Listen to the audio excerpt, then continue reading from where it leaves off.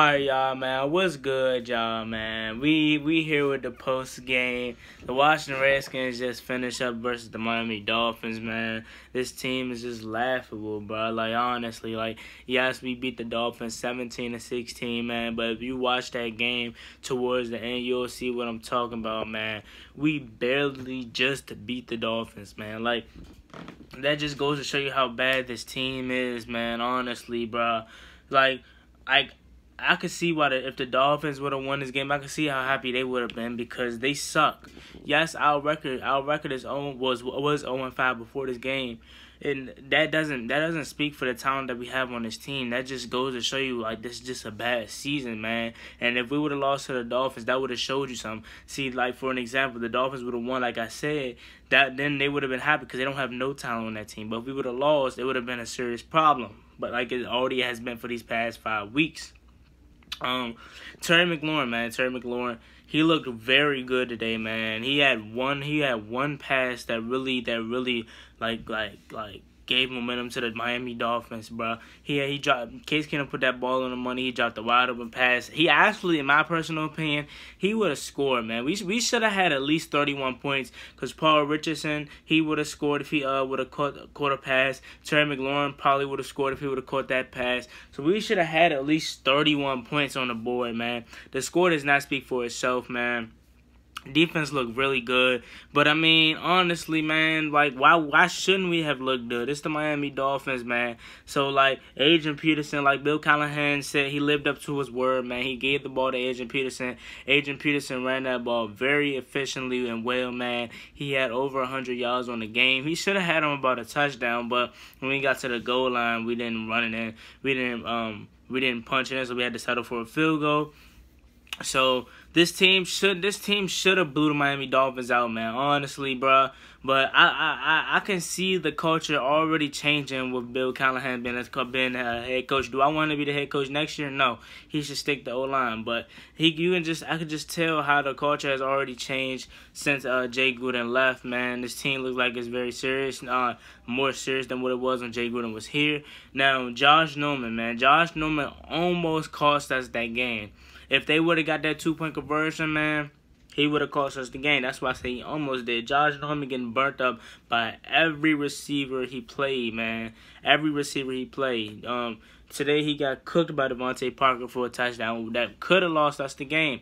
Earlier, I think in that drive or the previous drive that they had the ball, he got cooked up by I think it was Devontae Parker again.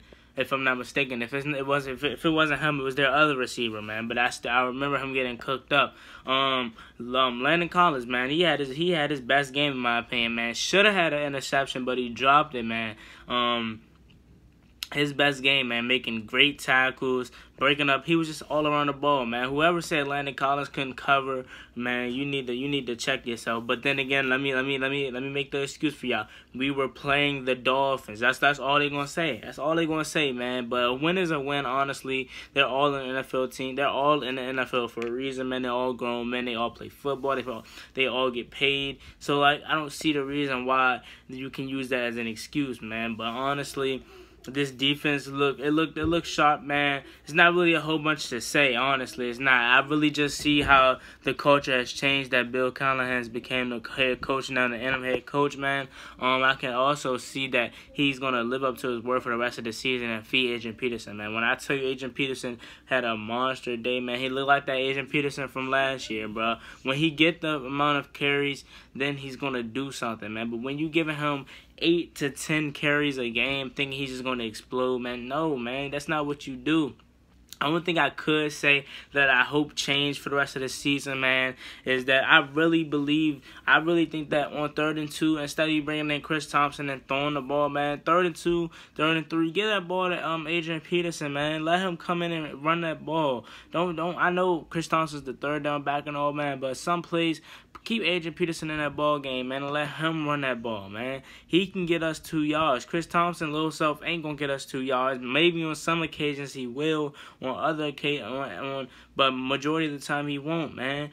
Speaking of Chris Thompson, he dropped a wide open pass that I think he would have scored on, if I'm not mistaken. He dropped a wide open pass If he was, and then also Chris Thompson, he left the game early with a foot injury, man. So that's very big. Who else? Who else got hurt? I think Ryan Anderson got hurt. Another tight end got hurt. His name was Cunningham. So we left this game like really not really too big of an injury, man. But oh yeah, Morgan Moses did get hurt, but he only sat out for one play. So we didn't leave. We left this game relatively healthy. I mean healthy. Excuse me. But yeah, man. So moving forward, man, we had the 49ers. That's gonna be a tough game.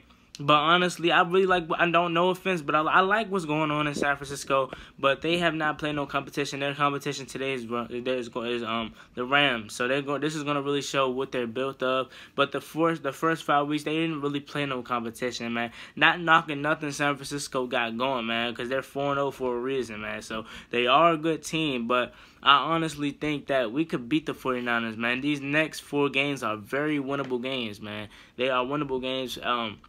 We got the Bills, we got the 49ers, the Bills, the 49ers, Vikings, Bills, and I forgot who the 4th team is, but it's a very winnable game, man. So these next 4 weeks are very winnable games. We could very well be going into the bye week 4-5, man, because unlike the Dolphins, this team does not want to give up. This team is in win now mode, but everybody else wants them to stick a fork in the season and get them the top pick, but that's just not what they want to do. So they want to turn the season around. So we very well could go into the bye week that's at week 10, 4-5.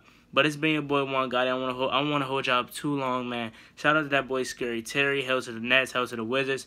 Hell to the Redskins, man.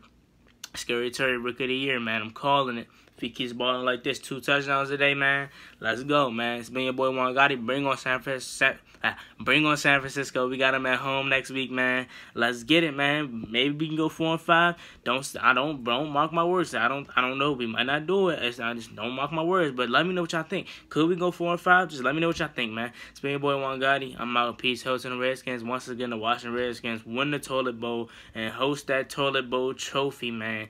So shout out to the Skins, man. 1-5. Not really too much to be excited for, but a win is a win, man. I'll take it. I'm out, man. Peace.